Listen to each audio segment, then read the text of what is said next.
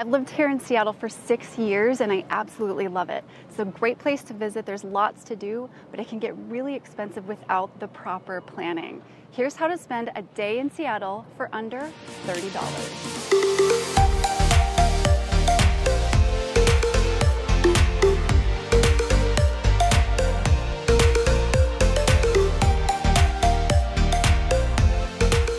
First and most important tip is if you have a car, you're going to want to leave it parked because parking in Seattle is ridiculous. You can spend up to $15, $20 just to park your car, and that's only if you keep it in the same spot. So the most affordable mode of transportation in Seattle is the metro system. The Link Light Rail or the bus will get you to all of the places I'm going to visit today for around $2.50 per trip. The easiest method of payment is to download the Transit Go app straight onto your phone. It takes a couple minutes to set up your account and purchase tickets. When you're ready to board, simply open the app and click Activate and be ready to show your screen to the driver. You can use your ticket to transfer to and from any metro bus or train for up to 2 hours from the time you activate the ticket. We begin our day 4 miles north of downtown in Fremont with $30. My plan is to buy food from the market and take it with me to Gasworks Park for a picnic. We're gonna go into this assuming you already have breakfast covered. If you really played your cards right, you got that continental breakfast at your hotel. So PCC is a local chain market to Washington State. It's a great place if you're looking for local fresh food.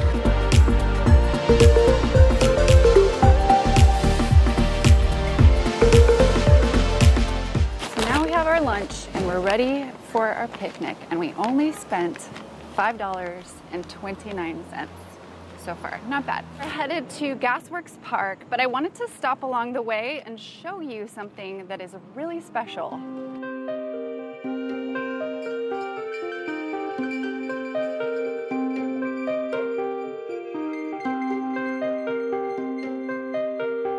So for those of you familiar with the Norwegian tale Three Billy Goats Gruff, this troll should be very familiar to you because he's in that story. And if you don't know the story, basically there's 3 goats that are looking for greener pastures, but they have to cross this bridge. And unfortunately, there's a very greedy troll who lives under that bridge.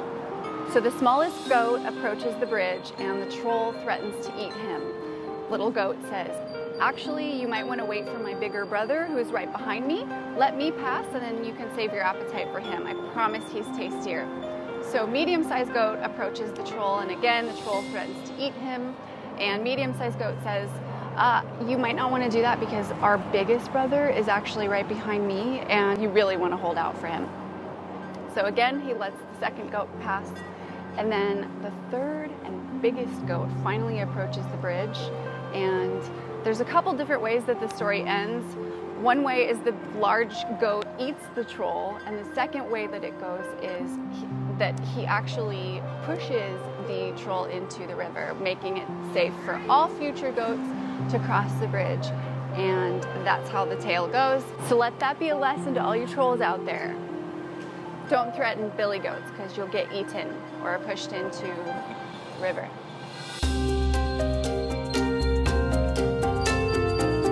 The Fremont Troll was built in 1990 in an effort to rehabilitate the area under the bridge. It was being used as a dumping ground and a spot for drug dealers. The Troll's holding an actual Volkswagen Beetle as if he grabbed it straight off the bridge above him. His eye is an actual VW hubcap.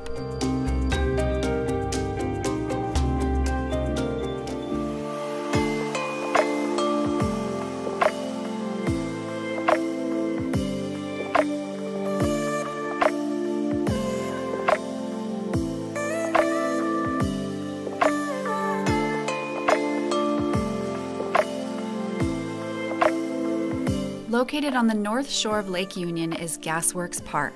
This is a fantastic spot to see the Seattle skyline and a perfect place for a picnic. The numerous pieces of the former gasification plant add a certain quirkiness to this spot, and there's a perfect grassy hill to perch on and look at the view.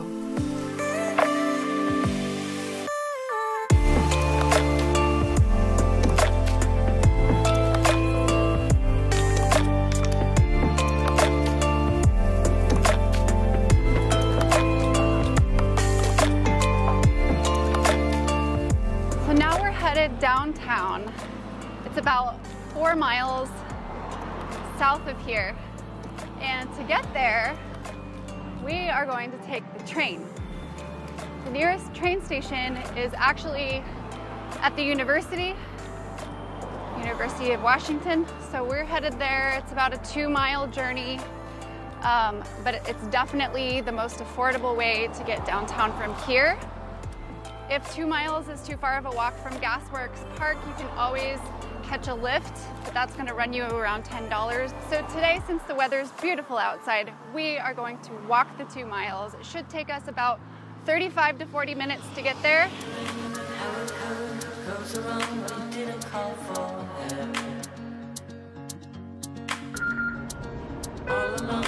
internet, but you don't seem to forget about yourself.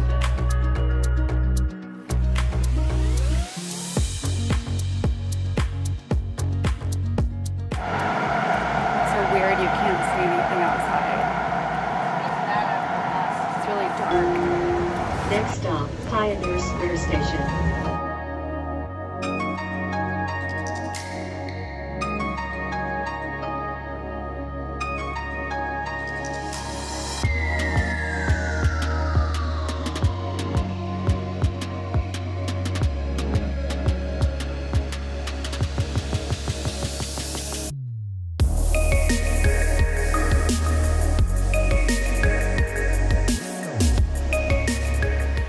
Tucked away on 2nd Avenue and Main Street on the southeast corner of Pioneer Square is this hidden gem.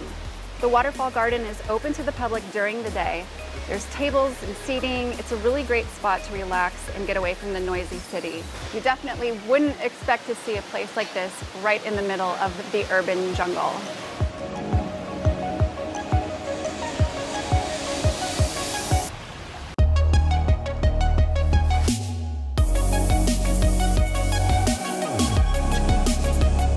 It's a 15-minute walk from Pioneer Square to the pier, which is a great place for sightseeing.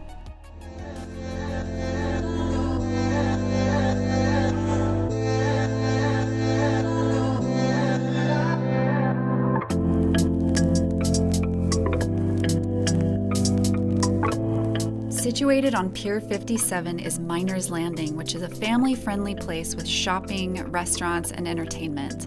It's home to the Great Wheel, and it also has decent ice cream.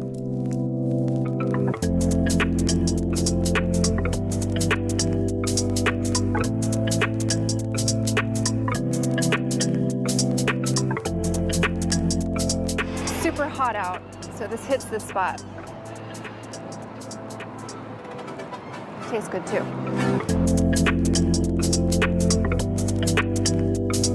Next stop is Post Alley, where one of the top germiest tourist attractions exists, the famous Seattle Gum Wall.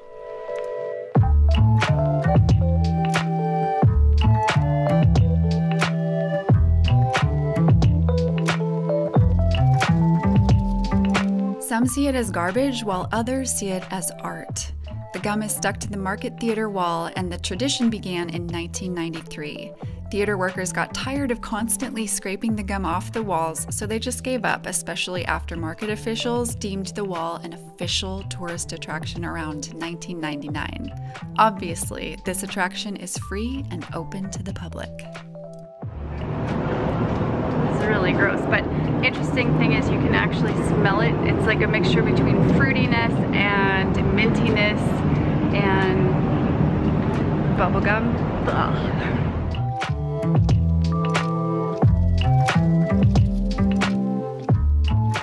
Just around the corner from the gum wall is Pike Place Market. It's one of the country's oldest and most famous farmers markets, and it's a great place to explore. It's also completely free to visit.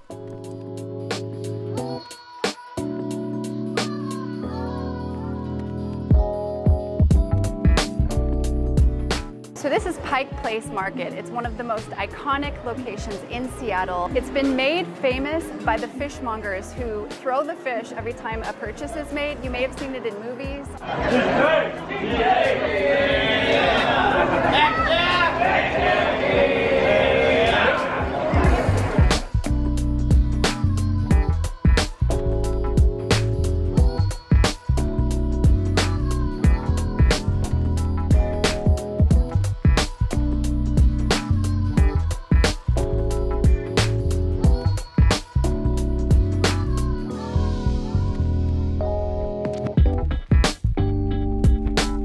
Another free attraction is the original Starbucks, which is just up the street. You don't necessarily have to buy a coffee there, but it's a quick stop worth seeing just so you can tell your friends you've been to the very first Starbucks. Also, you don't have to wait in the long line outside if you only want to see the store.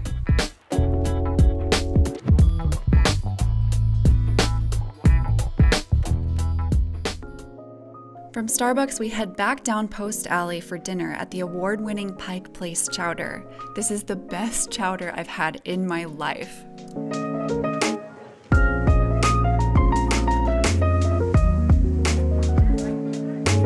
The chowder by itself starts at $7, but I'm gonna splurge and get the chowder in a Red Bull for $11.95. We'll leave $1.75 for a 15% tip.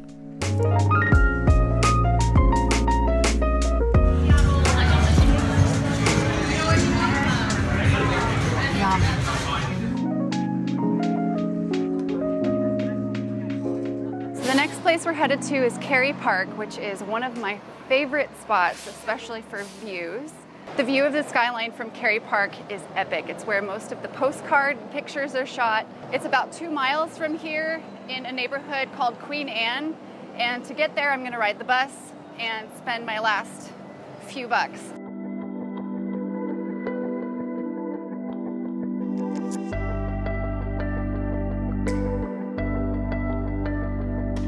This concludes our day, and we managed to keep the total under $30 with 11 cents to spare.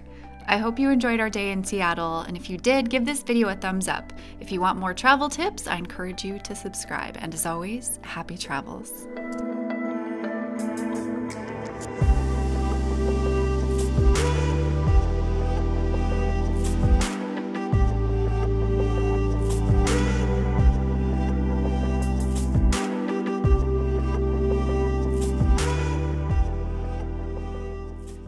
So for all you trolls out there, I'm talking to you.